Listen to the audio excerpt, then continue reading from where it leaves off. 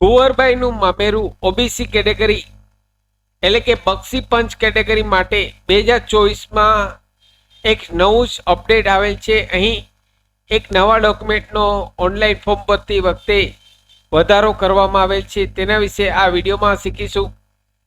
નમસ્કાર મિત્રો, શિવસાગર ગાઈડ ચેનલમાં આપ સૌનું ફરી હાર્દિક સ્વાગત કરું છું. ચેનલ પર નવા હો તો અમારી ચેનલને સબસ્ક્રાઈબ કરી લેશો અને આ વિડીયોને લાઈક કરશો. Come to the point friends, અહીં આપ સ્ક્રીન પર જુઓ છો, અહીં તમામ ડોક્યુમેન્ટ્સનું લિસ્ટ ફરીથી આપેલ છે. તેમાં એક નવા ડોક્યુમેન્ટનો અહીં વધારો કરવામાં આવેલ છે.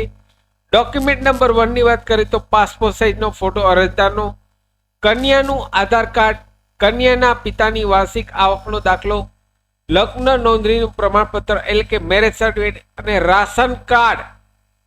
જી હા મિત્રો, રાશન કાર્ડ. અહીં આ નવા ડોક્યુમેન્ટનો 2024માં વધારો કરવામાં આવે છે. જે અત્યાર સુધી રાશન કાર્ડ અહીં અપલોડ કરવાનું હોતું નહોતું. રાશન કાર્ડના નંબર પણ અહીં ઇનપુટ કરાવવાના નહોતા આવતા.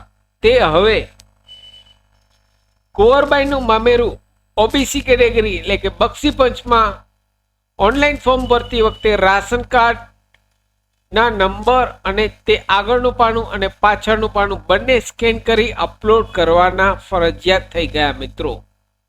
તો અહીં આ એક નવું અપડેટ આવેલ છે.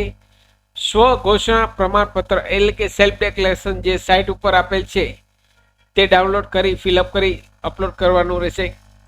બેંક ખાતાના પાસબુકનું પહેલું પેજ અરજદારનું અથવા તો કેન્સલ ચેક અરજદારનો તે સ્કેન કરી અપલોડ કરવાના રહેશે. તો આટલા મિત્રો ડોક્યુમેન્ટ ઓરિજિનલ સ્કેન કરી અપલોડ કરવાના રહેશે. અહીં નવું અપડેટ જોઈએ તો રાશન કાર્ડ જે અત્યાર સુધી અપલોડ કરવાનું આવતું હતું નહીં, તે હવે રાશન કાર્ડ પણ અહીં અપલોડ કરવાનું આવશે મિત્રો. તો જે લોકો 2024માં હાલ ઓબીસી કેટેગરી માટે કુંવરબાઈના મામેરા માટે ફોર્મ ભરતા હોય તેમના માટે અહીં રાશન કાર્ડ અપલોડ કરવું ફરજિયાત થઈ ગયું છે. સાથે મિત્રો અમારી ચેનલ પર આપને યુઝફુલ થાય તેવા ઘણા બધા વિડીયોના પ્લેલિસ્ટ અવેલેબલ છે, જેમ કે વર્ડ, એક્સેલ, ટેલી, પાવરપોઈન્ટ, સરકારી ભરતીની માહિતી, ડિજિટલ ગુજરાત સ્કોલરશિપની માહિતી, આરડી, રાઇટ ટુ એજ્યુકેશન, મફત શિક્ષણના પહેલા ધોરણના ફોર્મની માહિતી, તમામ વિડીયો પ્લેલિસ્ટમાં અવેલેબલ છે.